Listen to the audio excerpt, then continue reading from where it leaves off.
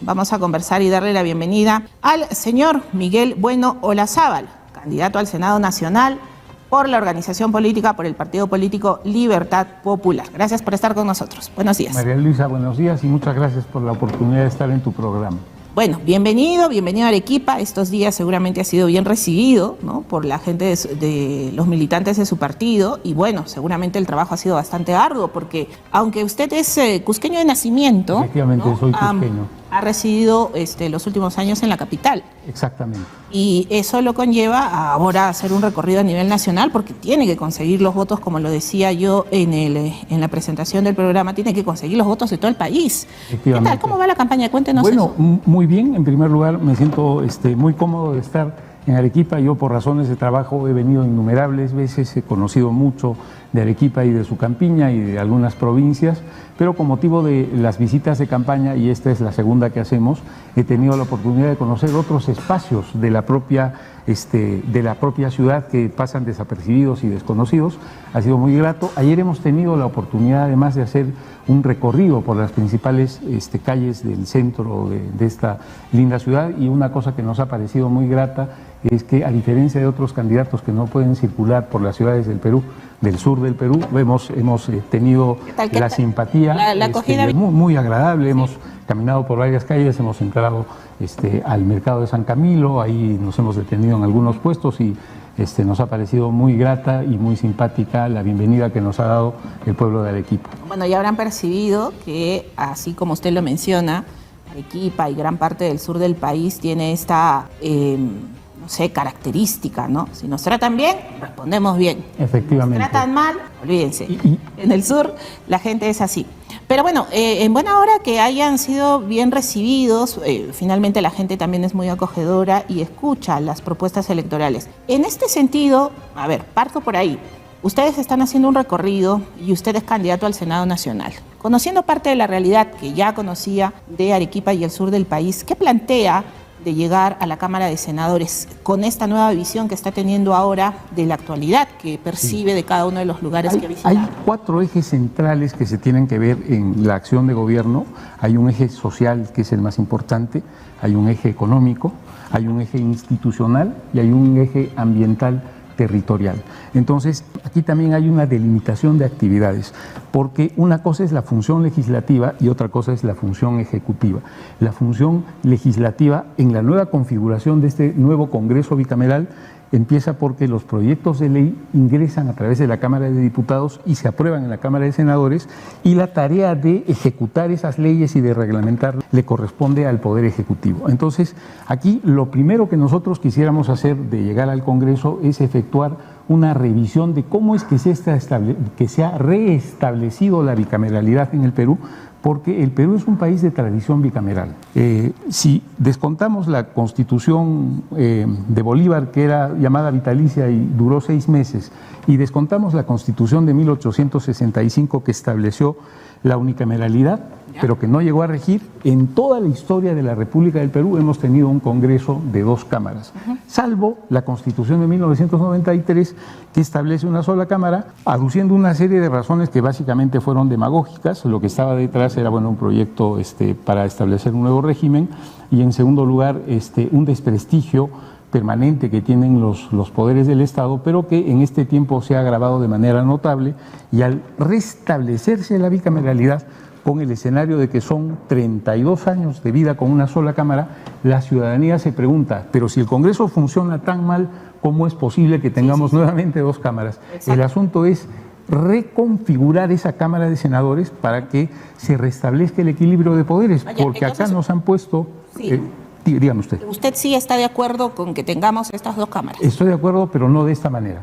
Por eso decía que la tradición republicana es de la bicameralidad, pero como está configurada la Cámara de Senadores, concentra mucho poder y se rompe el equilibrio de poderes que tendría que existir con el Poder Ejecutivo.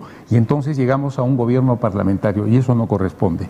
El presidente puede ser vacado, el presidente puede disolver la Cámara de Diputados, pero el Senado queda siempre y hay, digamos, una asimetría. Además, este nuevo Senado lo han hecho a medida los partidos políticos que hoy controlan el país, porque han establecido un mecanismo de posibilidad de que quienes no cumplen la regla general para ser senadores sí puedan llegar a la Cámara de Senadores por ser actuales congresistas. Y esas cosas las puede modificar el próximo Senado de la República. ¿Usted plantearía, o no sé, Libertad Popular plantearía una modificación? Desde luego, como le refiero a María Luisa, el modelo de bicameralidad es importante, pero no como se ha configurado de esta manera, estableciendo un poder omnímodo y exagerado al Senado de la República. Ahora, sí, le planteo una pregunta más de análisis también, porque lamentablemente hemos visto, o por lo menos yo he percibido, que muchas organizaciones políticas, partidos políticos que están en este proceso electoral, participando de este proceso electoral, han colocado a muchos candidatos al Senado, sea por el distrito único o por el distrito múltiple, así como de relleno, de verdad, a pesar del gran poder que se va a tener en la próxima Cámara de Senadores. Pero no he percibido la responsabilidad, por lo menos de las organizaciones políticas que he visualizado y he podido indagar un poquito más, esa responsabilidad que les han otorgado a las organizaciones políticas de tener primero sus elecciones primarias y determinar en la Cámara de Senadores gente realmente idónea, capacitada para cumplir una función de senadores, ¿no? Efectivamente. Muchas organizaciones, reitero, de verdad, han colocado a gente, yo no sé si por relleno o porque han pagado al partido, no lo sé. ¿Qué opinión tiene usted al respecto? Y en el caso de Libertad Popular, ¿sí han buscado de manera detallada gente que, independientemente de que tenga más de 45 años, cumpla con los requisitos para ser senadores? Sí. Su comentario es sumamente relevante porque efectivamente hace ver la irresponsabilidad tan grave con que han actuado los partidos políticos. Y aquí le digo una cosa, antes de responder la segunda parte de su pregunta. Vea usted, la única forma de actuar en democracia es a través de los partidos políticos. No tenemos un modelo democrático popular del gobernante con el pueblo directamente, sino un modelo de intermediación a través de los partidos políticos. Y entonces, para hacer cualquier cambio en la vida política, en la estructura del país, es necesario que se haga a través de los partidos políticos. Y son los partidos políticos los que ofrecen el menú de candidatos. O sea, los candidatos que van a llegar al Congreso solamente pueden ser aquellos que han sido planteados por los partidos políticos. Entonces, si hay una estructura como la que hoy existe, vamos a estar en un círculo vicioso. Eso se tiene que romper. ¿Cómo se rompe? A través de los partidos que hoy existen, tienen que establecerse nuevos grupos, nuevos movimientos, jóvenes, lo que fuera, para cambiar los partidos por dentro. Esa es una alternativa muy compleja porque los partidos son organizaciones, los actuales, muy verticales que van a impedir esos cambios. El otro escenario es la participación a través de nuevos partidos que tienen idearios y que tienen, digamos, una figura inmaculada porque no han estado en el gobierno y no han cometido ninguna tropelía. Esos son los dos únicos caminos. O cambias un partido que existe para bien, o formas un partido y tratas de ingresar a la vida política. Y entonces los partidos ofrecen el elenco de posibles congresistas futuros y los electores no pueden votar por cualquier otro, sino por aquel que está planteado. Entonces, tiene que haber una corrección en eso y si es que no se hacen los ajustes correspondientes, pues vamos a tener nuevamente a congresistas como los que hoy tenemos, que tienen una serie de taras, que tienen una serie de aspectos que son más que censurables, ¿no? Porque llegar al Congreso y ejercer cargos de representación, representando a la ciudadanía, podríamos decir que es uno de los honores más altos que puede tener un ciudadano. Vamos a repetir ese modelo si es que la ciudadanía no se informa de manera suficiente y verifica quiénes son los candidatos y vota por ellos, porque el otro punto es, esto es como una encuesta, o le diré mejor un ejemplo que es muy gráfico. Yo quiero tomar una taza de té. Para saber cuál es el sabor de esa taza de té, yo no me la tengo que tomar completa, basta con que yo tome un sorbo. Ese sorbo ya me da el sabor del té. Entonces, lo que está pasando lamentablemente es que quienes aparecen como elegidos de alguna manera representan a ese electorado que ha votado. Entonces, hay una gran responsabilidad de la ciudadanía por informarse para elegir mejor. Intenta decirnos lo que muchas veces se ha comentado: ¿los peruanos tenemos los políticos que merecemos?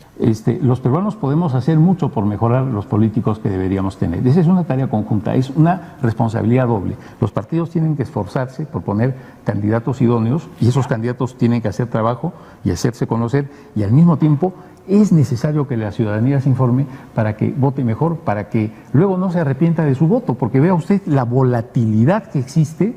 Se elige el gobierno, ya aparecen las primeras tropelías, ya se descubren cosas que no se descubrieron en la campaña electoral y la gente empieza a desengañarse de aquellos que eligió y se mantiene en la oposición, en el desagrado, en la indiferencia. Eso no va a ser así si el ciudadano conscientemente analiza entre la gama de candidatos, revisa debidamente las hojas de vida, encuentra la trayectoria anterior de la gente y la elige. Claro, mire, me está dando varios temas para incluso extender el comentario, porque una de las cosas que hemos venido diciendo desde Rumbo Electoral es precisamente darle esa responsabilidad al ciudadano de informarse bien, de no quedarse con los partidos tradicionales que lamentablemente no nos han dejado buenas experiencias, y empezar a buscar de repente en organizaciones políticas nuevas figuras que puedan representarnos mejor. Lo malo es que la campaña, y no sé si ahí usted me da la razón, no permite hoy en día que, por ejemplo, las personas sean tan visibles. Imagínense, con más de 35 organizaciones políticas en esta contienda electoral, definitivamente le están dejando una ardua labor a la población. Por eso, espacios como estos, para conversar con personas relativamente nuevas en materia política. ¿Usted es nuevo en candidato? En política sí soy nuevo, porque yo me he desempeñado en el mundo profesional privado y en la docencia universitaria, ¿no? Esta es mi primera incursión en política activa. ¿Y por qué se anima a formar parte de Libertad Popular y se anima a formar parte de este proceso? Porque Libertad Popular es un partido que tiene un ideario que yo comparto, y porque yo creo que es un vehículo útil para hacer un cambio en el país, porque creo en el liderazgo de Rafael Belaúnde, que es nuestro candidato presidencial, porque creo que tenemos un equipo muy poderoso en el cual se comparte juventud y experiencia. Por ejemplo, en el escenario de la juventud tenemos a un conjunto de jóvenes políticos que también están ingresando en política activa, en política para ser elegidos por primera vez, como es el caso de Diego Pomareda, que es candidato nuestro en el número 1 por Lima, Indira Oropesa, que es el número 6, me parece, Natalia Rodríguez, que es el número 2, todos ellos en Lima. En Arequipa tenemos a Omar Pareja, que va con el número 3. ¿Y cómo usted definiría esa línea política? Porque en el país nos han enseñado, eres de derecha, centro, izquierda.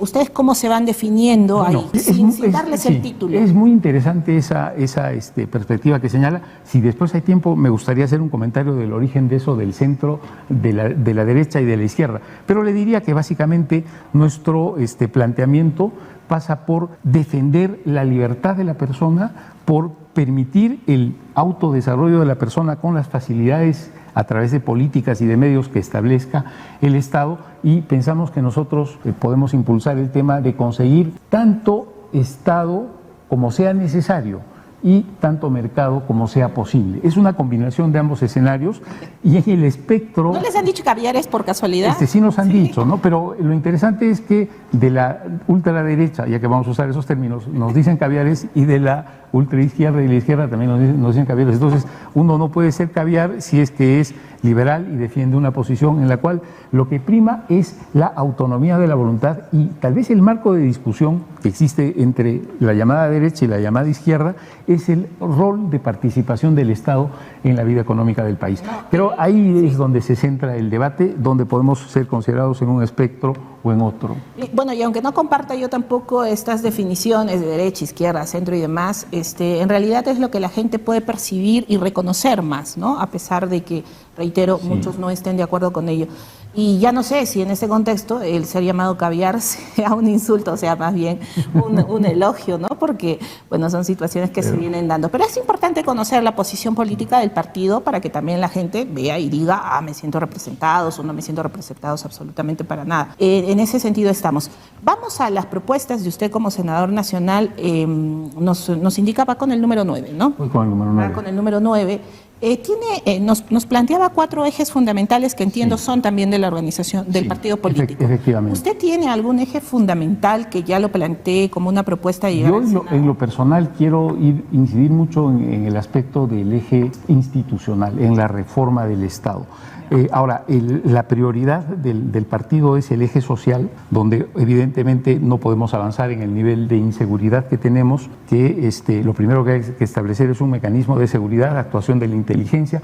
Recursos hay, lo que pasa es que no existe la decisión política para hacerlo. Vea usted, desmembrar, destruir una organización terrorista como ha sido Sendero Luminoso, de gente totalmente fanatizada, en células que estaban compartimentalizadas, de modo tal que no se conocían, inclusive entre ellos, fue un trabajo de inteligencia del GEIN, de la policía. Desmontar organizaciones de delincuentes comunes, como son las organizaciones del sicariato y las organizaciones para la extorsión, es una cosa que es mucho más sencilla. Esa es una primera tarea para lograr que la gente pueda caminar, transportarse sin problemas, para que al bodeguero o al verdulero no le pongan pues una bomba o lo maten porque no da un cupo de 5 soles diarios. Esa es la primera tarea. Lo social es sumamente central, sumamente relevante, pero en cuanto a la parte que yo a título personal quiero impulsar está el eje institucional. Por ejemplo, a la par de lograr la seguridad, se tiene que desburocratizar el país, se tienen que establecer reglas simples. Le ponía yo un ejemplo a una persona en días pasados. Yo estoy, y puede ser acá también, no tengo la diferencia de calles para hacer un comentario y no me quiero equivocar, pero le pongo el ejemplo de Lima. Usted está en la calle Surquillo, mejor dicho, en la avenida Aramburú. A la izquierda tiene Surquillo, a la derecha tiene San Isidro. Usted quiere poner un negocio en San Isidro y quiere poner el mismo negocio en Surquillo. La diferencia de calles origina diferentes trámites, diferentes requisitos, diferentes costos. Eso es absurdo. Como yo tengo unas reglas en una calle y pasando a la siguiente calle tengo otras reglas. Entonces hay una burocratización muy grave, hay una complejidad para que el ciudadano medio pueda hacer las cosas. Por ejemplo, los trámites tributarios. La gente debería tener facilidades para, por ejemplo, pagar sus impuestos y para poder acceder a la formalidad y tener los beneficios que da ser formal. Lamentablemente eso no es así. Entonces, la desburocratización es un aspecto central en el que se puede trabajar mucho. Y el otro aspecto central, que es de la reforma institucional, como yo le había referido a María Luisa al principio, a mí me interesa reconfigurar el Senado en sus prerrogativas para hacer que haya un equilibrio entre el Poder Ejecutivo y el Poder Legislativo. Pero otro aspecto que es caro para mí, como cusqueño que soy, es el tema de la descentralización. Y yo creo que el Perú no puede ser un pulpo, que es Lima, una cabeza gigantesca con unas patitas minúsculas que son las regiones. Tenemos que descentralizar de manera efectiva el país. No se han hecho esfuerzos serios, lo que se ha hecho solamente es desconcentrar. Desconcentrar simplemente es establecer cadenas burocráticas de administración sin autonomía, sin peso. Ahora, se ha dado una contradicción increíble, porque en estos últimos años, como nunca, las regiones han tenido ingentes recursos, sobre todo aquellas regiones que tienen el canon minero, y sin embargo no se ha ejecutado el presupuesto, o se ha ejecutado mal, o se han dado grandes escenarios de corrupción. Entonces también hay una responsabilidad de los niveles de gobierno intermedios, porque son las propias colectividades regionales las que tienen que elegir. Nuevamente estamos en el problema de la dificultad de la elección, elegir a sus gobernantes bien para que hayan gobiernos sensatos. Pero esto pasa desde luego por una reconfiguración territorial, porque no podemos pensar que las antiguas regiones, las actuales regiones diré más bien, sean del tamaño de los departamentos. El Perú históricamente ha tenido una organización política establecida en departamentos. Luego se ha intentado la regionalización, que tiene que ser transversal. Transversal en el sentido de que agrupe espacios geográficos horizontales y así hay un manejo más adecuado, una distribución del manejo territorial. Pero no, usted tiene a Tumbes, es una región, el Callao es una región, Madre de Dios es una región, Arequipa es una región. Yo creo que hay que reconfigurar el territorio y hay que reconfigurar las atribuciones y hay que sensatamente pensar en que el Perú se tiene que manejar de otra manera, porque no puede ser que casi el 40% de la población, de los recursos, bueno, la población no, es menos, es un tercio, pero los recursos y más están concentrados de manera exagerada en Lima. Bien, bueno, hemos tenido ahí los planteamientos del candidato al Senado Nacional. Yo comentó, a título personal, realmente es cierto, el plan de gobierno del partido político Libertad Popular es un buen material para leer. independientemente de que usted considere que es una buena alternativa política, léalo y verá. Yo lo he leído, he tenido ahí un análisis de algunos antecedentes en el país que ellos han considerado incluso en términos muy técnicos y los traducen con posibles soluciones que quizás a usted también le interese conocer ese detalle. Bueno, ¿algo más que agregar? Bueno, María Luisa, muchas gracias por la oportunidad de haber podido estar en tu programa. Yo quiero exhortar a que los electores el día de la elección hagan un voto muy sereno y un voto muy responsable que pasa por conocer a los candidatos. Tiene que ser una elección que se base en las ideas, en los planes, en los programas, no en las simpatías o las antipatías.